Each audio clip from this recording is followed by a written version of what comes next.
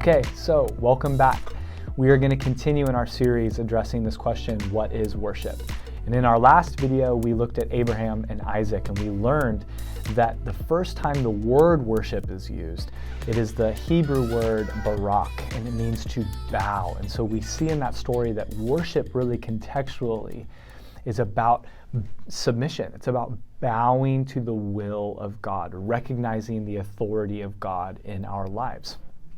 And so what we learn from this example is that worship is and will always be a call and a challenge to bow our lives, our dreams, our idols at the feet of Jesus, and allow His will and His plan to surpass and suppress anything that we think more valuable or more important than Him.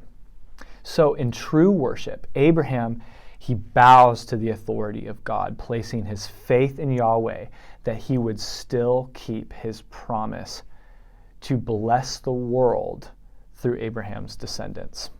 So I'm worshiping today, you and I, when we're worshiping, when we are submitting our plans, our dreams, our idols at the feet of Jesus and recognizing His authority. It's recognizing what Christ has done, the sacrifice that He has made for us, and the gift of grace that He offers to you and I. Worship is about giving Christ the prominent position in our hearts. It's putting Him first. That is the greatest act of worship. And that's exactly what Abraham did on Mount Moriah. And this is the worship that we are called to as believers. And it's this very act of worship that sets the tone for our whole lives. So where do we go from here? What does this practically look like?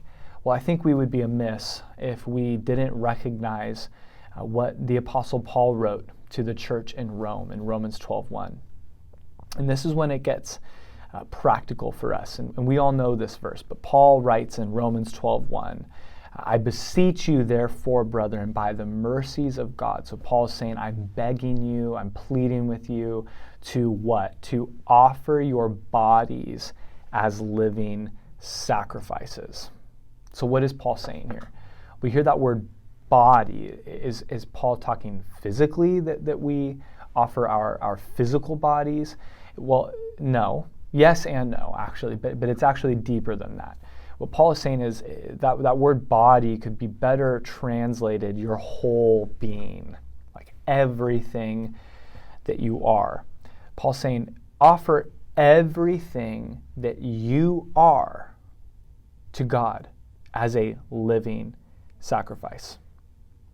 So the point here is this: true worship, the ultimate worship, is to bow our lives to the King of Kings and the Lord of Lords continually.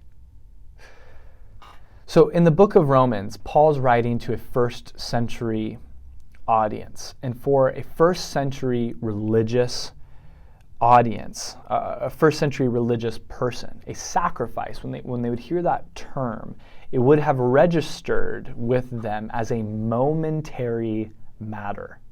Doesn't matter what religion you subscribe to, a sacrifice was a momentary matter.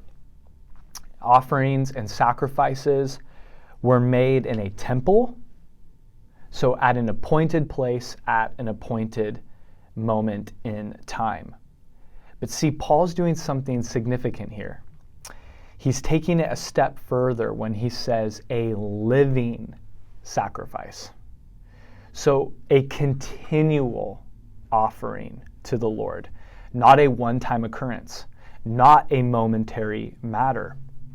Paul is saying that you, as a Christian, to honor God by His mercy, to actually offer your whole being, everything you are, as a living sacrifice, as a continual practice. It is a daily choice, a continual choice to bring your life, the entirety of your being, under the lordship of Jesus Christ.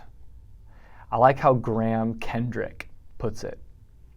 He says, worship has been misunderstood as something that arises from a feeling which, quote, comes upon you. But it is vital that we understand that it is rooted in a conscious act of the will to serve and obey the Lord Jesus Christ.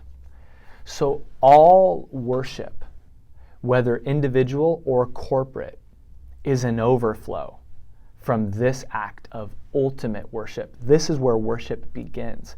It begins by bowing and offering the entirety of who we are to the King of Kings and Lord of Lords, Jesus Christ, to bring glory to the one who has made us, to live in a correct response that we are children of God, created in His image, on purpose, for a purpose, to glorify Him.